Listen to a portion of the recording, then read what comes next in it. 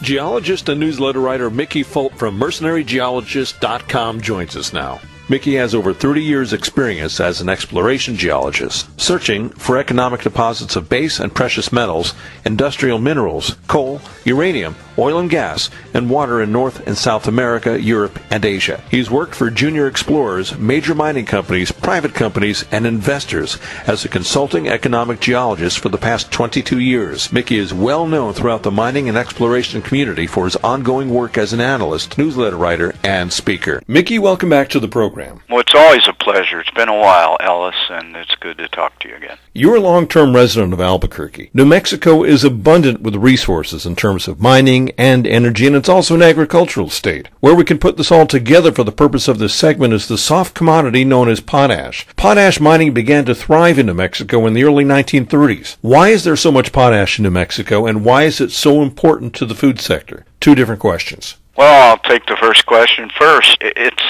a geological phenomena. It's called an evaporite basin, and it's the edge of the Permian Basin, which is well known in southeast New Mexico and West Texas for its oil and gas production. An evaporite basin is essentially a salt flat where, because of high rates of evaporation and very salty waters, different minerals are deposited at different locations. And for New Mexico, we are lucky enough to be in the potash-rich portion of the Permian Basin, the evaporite sequence there, which would include salt beds and gypsum beds and potash beds, etc. And even as you get into Texas, part of the basin, there's native sulfur beds there too. We're lucky enough to be blessed with an abundance of potash, and as you allude to, since 1931, New Mexico has been the U.S.'s largest potash producer. New Mexico has always relied on the mining industry as their primary source of economic growth. Do you think that mining has been underexploited there, considering that the economy in the land of enchantment has always lagged behind other states, and there's this great resource of potash in southeastern New Mexico?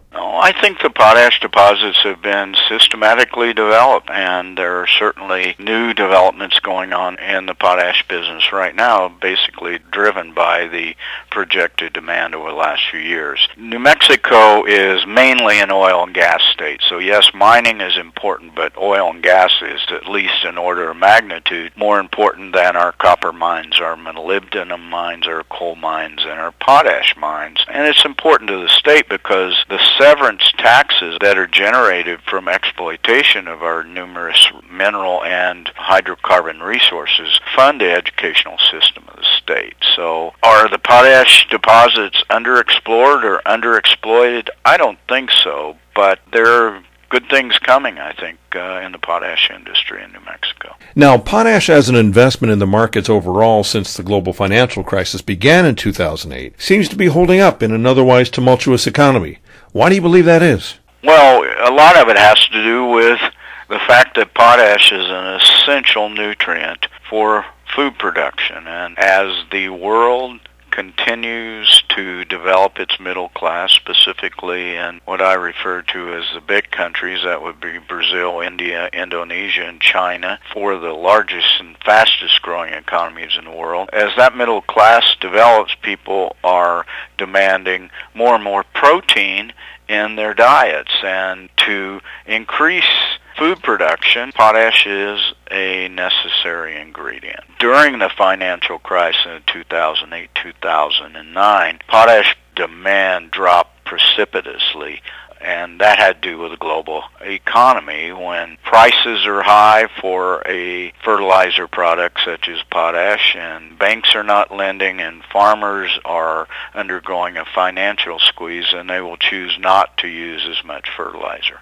Starting in 2010, the potash industry came roaring back, and we're looking at a demand now for 2011 that should probably exceed that of 2007-2008. As you know, IC Potash, based in New Mexico and trading as ICP on the TSX and ICP-TK in the U.S., is a sponsor of this program. Mickey, give us a breakdown of the different types of potash, if you will. Yeah, well, there's several minerals that can be exploited for their potash content. There are two basic end products, and that's muriate of potash, which is essentially potassium chloride.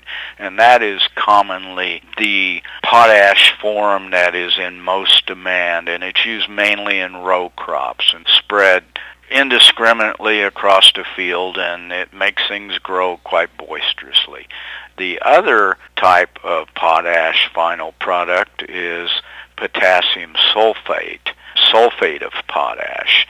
And ICP, the company that you have just referred to, is going to exploit a polyhalite deposit in southeast New Mexico, which occurs east of the present three mines in production, Intrepid and Mosaic. Mosaic operates a couple of mines. Intrepid operates one mine near Carlsbad, New Mexico. This polyhalite deposit has never been exploited before. It is very rich in potash and magnesium, so it's complex hydrated sulfate polyhalite, and if memory serves, ICP's deposit averages something on the order of 80% polyhalite, so it's very rich.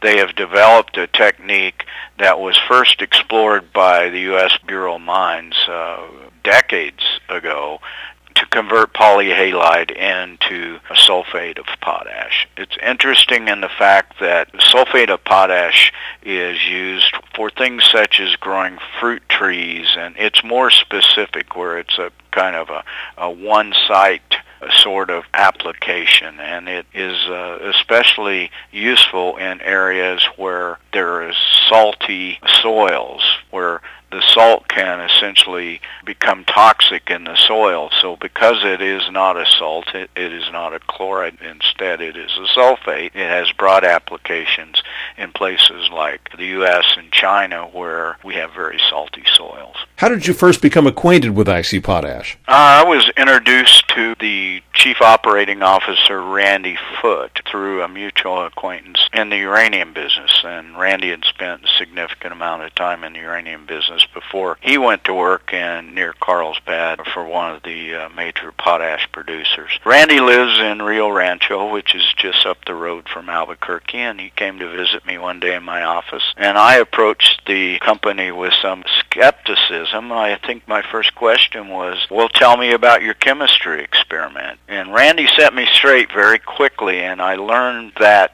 this was much more than a chemistry experiment, that the technology had been tested by the Bureau of Mines and was shown to be viable. And after that, I met with Sid Himmel in Toronto a couple of times, and Sid actually was here in my office. So I have taken 4 or 5 meetings with ICP over the course of about 2 years now, and I've come away convinced that these guys are real, and the deposit they have is well defined now. To my knowledge, they're in a pre-feasibility study that's due this fall. If they can secure financing to build a $700 million mine, and I think that's probably the question with the company right now, this thing at this point, the economics look good. We will know more when the pre-feasibility study comes out, and they just need to execute an exit strategy. Mickey, are you a shareholder of this company? No, I'm not at this time. And in full disclosure, I must divulge that I'm a shareholder of IC Potash, and IC Potash is a paid sponsor of the Ellis Martin Report. Mickey Fulp, the mercenary geologist, thanks so much for joining me today on the program. Well, thanks a lot, Ellis. Mickey Fulp's website is mercenarygeologist.com. That's mercenarygeologist.com. IC Potash trades on the TSX under the symbol ICP, and in the U.S. is ICPTK. Listen to this segment again on the podcast page of our website, ellismartinreport.com.